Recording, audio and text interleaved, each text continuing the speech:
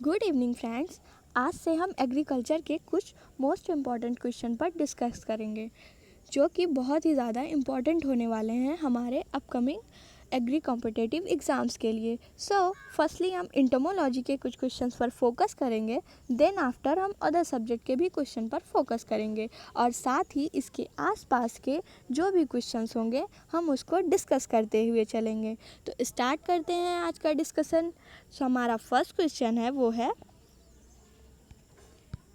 1 kilometer of locust swarm weigh as much as tons of locust. It means that 1 kilometre में जो locust फैले हुए होते हैं, 1 किलोमीटर के में जो टिड्डियाँ फैली हुई होती हैं उनका वजन कितना होता है?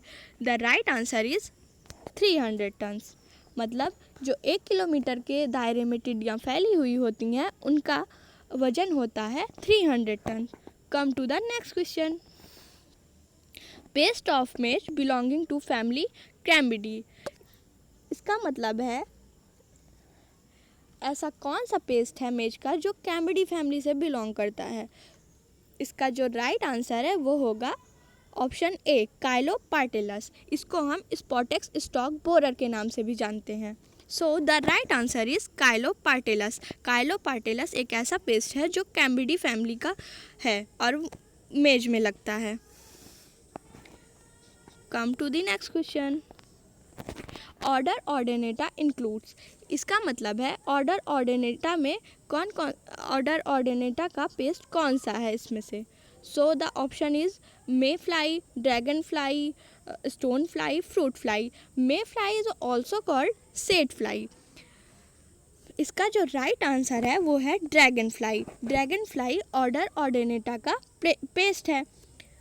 तो मे फ्लाई कौन से ऑर्डर का पेस्ट है? इफ्रोमेरोप्टेरस का। और स्टोन फ्लाई प्लिक्टोप्टेरा का और फ्रूट फ्लाई डाइप्टेरा का। So come to the next question.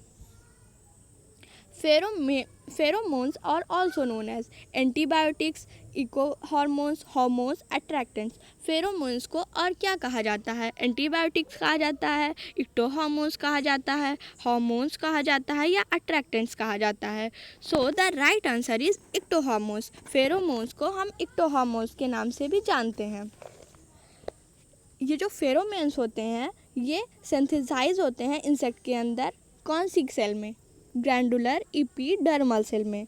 Glandular epidermal cell में इंसेक्ट के अंदर फेरोमोन्स सिंथेसाइज होते हैं। Come to the next question. San Jose scale is a pest of. San Jose scale किसका पेस्ट है? Almonds and apple, pear and palm, mango and guava, banana and papaya. So the right answer is almonds and apple. आलमंड्स and एप्पल में ये pest लगता है, San Jose scale. So come to the next question.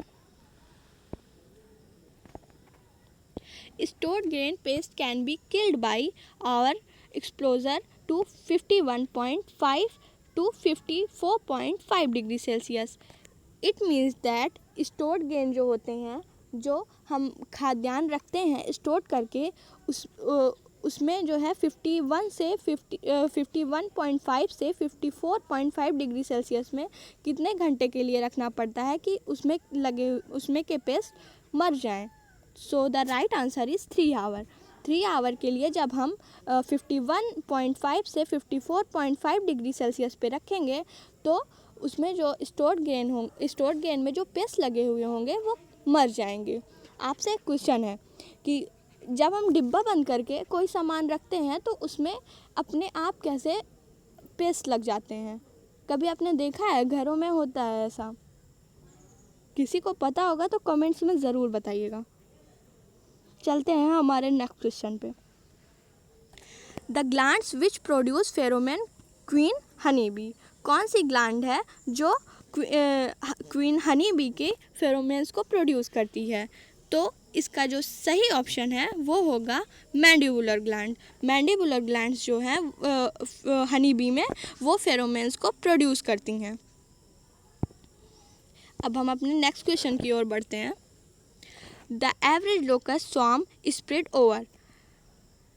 इसका मतलब है कि जो लोकस्ट होते हैं कितनी दूरी में, कितनी किलोमीटर की दूरी से कितने किलोमीटर की दूरी में फैलते हैं।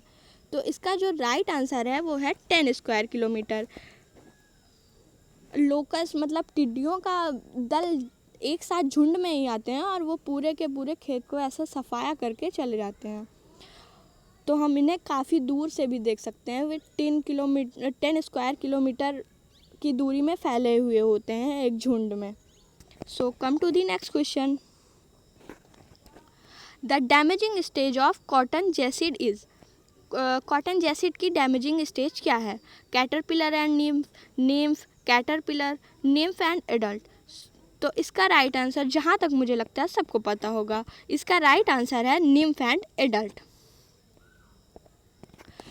Next question is the damaging stage of cutworm is. Cutworm की डैमेजिंग स्टेज क्या है? कैटरपिलर, निम्फ, एडल्ट या ऑल? तो कटवर्म की जो डैमेजिंग स्टेज है वो है कैटरपिलर।